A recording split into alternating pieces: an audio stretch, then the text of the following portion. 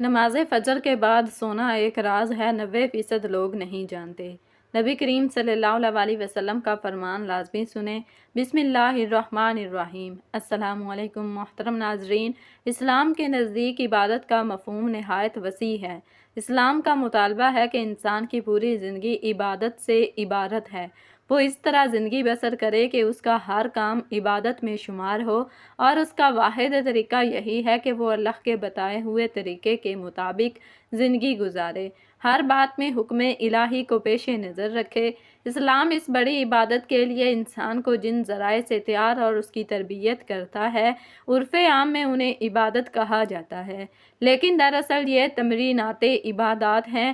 انہیں ارکان اسلام میں اسی وجہ سے کہا جاتا ہے کہ اسلام کی عمارت انہی ستونوں پر قائم ہے۔ ارکان اسلام میں نماز سر فہرست اور پہلے نمبر پر ہے۔ ان تمام عبادات میں نماز کو جو اہمیت اور فضیلت حاصل ہے، وہ کسی بھی صاحب ایمان اہل نظر سے پوشیدہ نہیں۔ نماز کی اہمیت کا اندازہ اس بات سے لگائیں کہ قرآن کریم کے ہر پیغام میں صلاۃ یعنی نماز کا لفظ حرف جلی میں موجود ہے۔ ایمان کے بعد سب سے اہم رکن جس کا مطالبہ اہل اسلام سے کیا گیا ہے، وہ نماز ہی ہے۔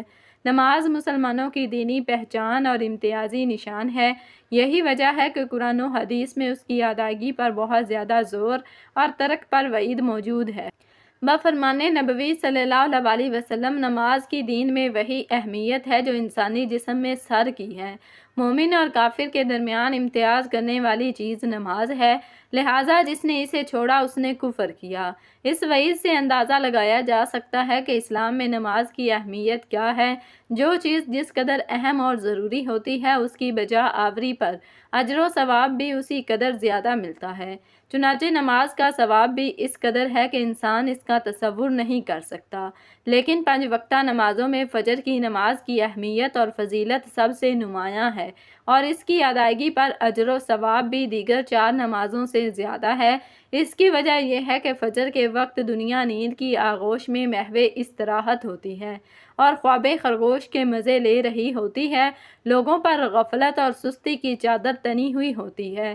ایسے میں نرم و گرم آرام دہ بستر کو چھوڑ کر اللہ کی اطاعت و محبت میں بارگاہ الہی میں سجدہ ریز ہونا بڑا پرمشقت اور نفس کو زیر کرنے جیسا مشکل کام ہے۔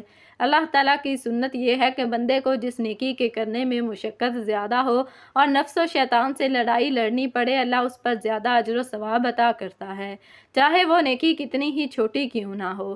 کبھی آپ کے ذہن میں یہ سوال آیا ہے کہ اللہ نے ہمیں فجر کے وقت جاگنے کا حکم کیوں دیا؟ کیا فجر کا وقت صرف عنقریب پڑھنے کا وقت ہوتا ہے؟ کیا اس وقت کے پیچھے ایک راز پوشیدہ ہے؟ وہ راز کیا ہے؟ اس راز کو جاننے کے لیے ضروری ہے کہ ہم پہلے نماز کے بارے میں جانیں جو ہم پر دن میں 5 مرتبہ فرض کی گئی ہے۔ اور یہ 5 نمازیں کس طرح فرض ہوئیں، اس کے پیچھے بھی ایک شاندار وجہ ہے جس کا مظاہرہ سفر معراج میں اس وقت ہوا جب حضرت محمد صلی اللہ علیہ وسلم اللہ سے ملاقات کے لیے وقت کے انتہائی مختصر حصے میں 7ویں آسمان سے بھی آگے تشریف لے گئے تھے۔ اس رات اللہ تعالیٰ نے ایک خاص پس منظر میں اپنے حبیب صلی اللہ علیہ وسلم کو آسمان پر بلایا اور اپنے خصوصی انعامات سے نوازا۔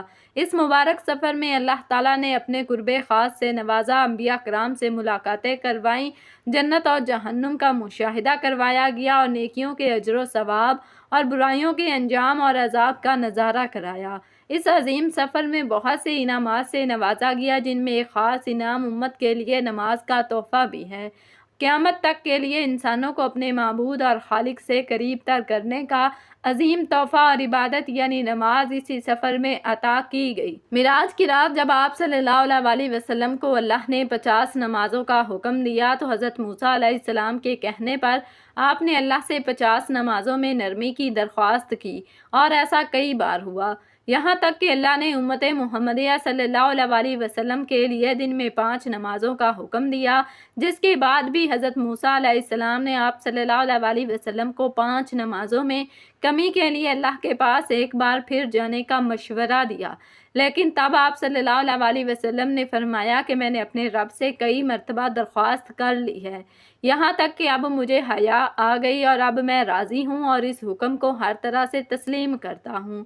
ہر نماز پڑھنا ضروری ہے اور یقیناً آپ کے لیے بھی، نمازوں میں سب سے زیادہ مشکل نماز فجر کی نماز ہوگی، جس میں نیند کا غلبہ اس قدر ہوتا ہے کہ انسان بمشکل اٹھ پاتا ہے۔ لیکن دن کے اس خاص حصے میں جو راز پوشیدہ ہے اسے جب آپ جانو گے تو یقین کریں آپ فجر کی نماز کبھی چھوڑنا نہیں چاہیں گے۔ یہاں نماز فجر کے کچھ فضائل سماعت فرمائیں۔ 5 نمازوں میں سب سے اہم نماز فجر کی ہے۔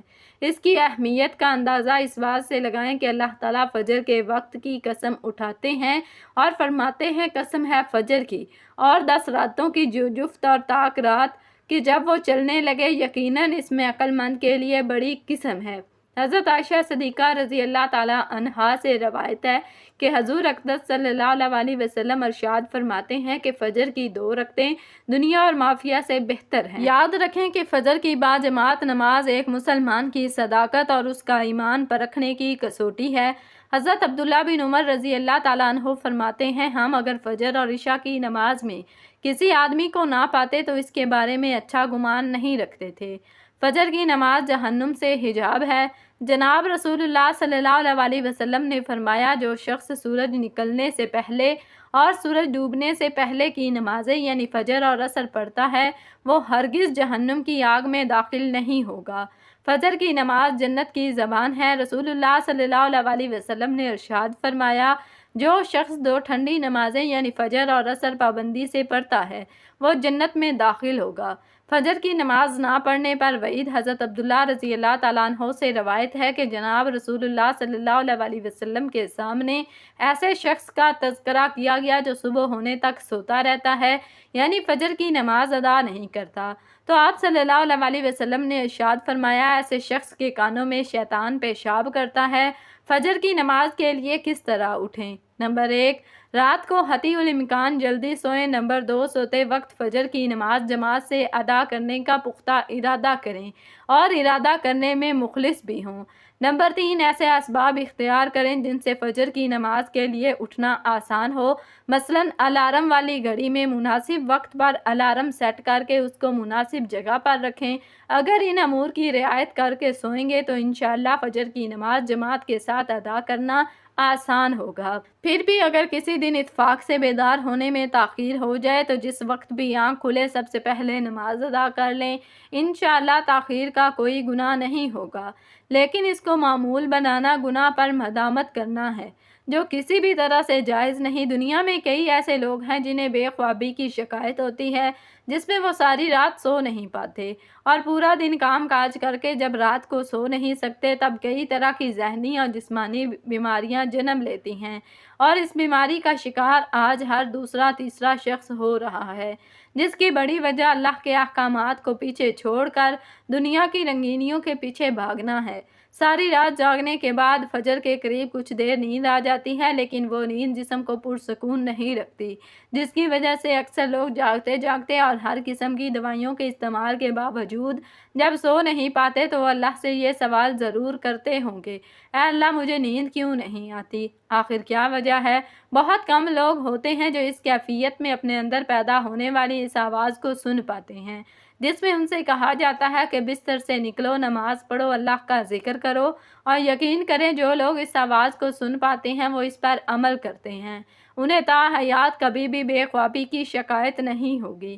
اس حوالے سے ایک صوفی نظم ہے جسے ایک امریکی مسلم نے ترجمہ کیا جس کا ٹائٹل ہے دوبارہ مت سو جانا۔ صبح کی ٹھنڈی ہوائیں ایک راز لاتی ہیں تمہارے لیے، دوبارہ مت سو جانا۔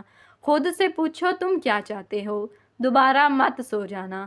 لوگ دروازے کی چوکھٹ سے آ جا رہے ہیں جہاں 2 دنیایں ملتی ہیں، وہ دروازہ گول اور کھلا ہے، دوبارہ مت سونا۔ اس نظم میں بیان کردہ دروازہ ہماری دنیا اور دوسری دنیا کا ہے، یہاں سے فرشتے ہر صبح اور شام کو اترتے ہیں جن کا ذکر اس حدیث پاک میں ملتا ہے جس میں آپ صلی اللہ علیہ وسلم نے فرمایا کہ رات اور دن میں فرشتوں کی ڈیوٹیاں بدلتی رہتی ہیں۔ فجر اور عصر کی نمازوں میں ڈیوٹی پر آنے والے اور رخصت پانے والوں کا اجتماع ہوتا ہے، پھر دوسرے پاس رہنے والے فرشتے جب اوپر چڑھتے ہیں تو اللہ تعالیٰ پوچھتے ہیں، حالانکہ وہ ان سے بہت زیادہ اپنے بندوں کے متعلق جانتا ہے کہ میرے بندوں کو تم نے کس حال میں چھوڑا؟ تو وہ جواب دیتے ہیں کہ ہم نے جب ان کو چھوڑا تو وہ فجر کی نماز پڑھ رہے تھے اور جب ان کے پاس گئے تب وہ عصر کی نماز پڑھ رہے تھے۔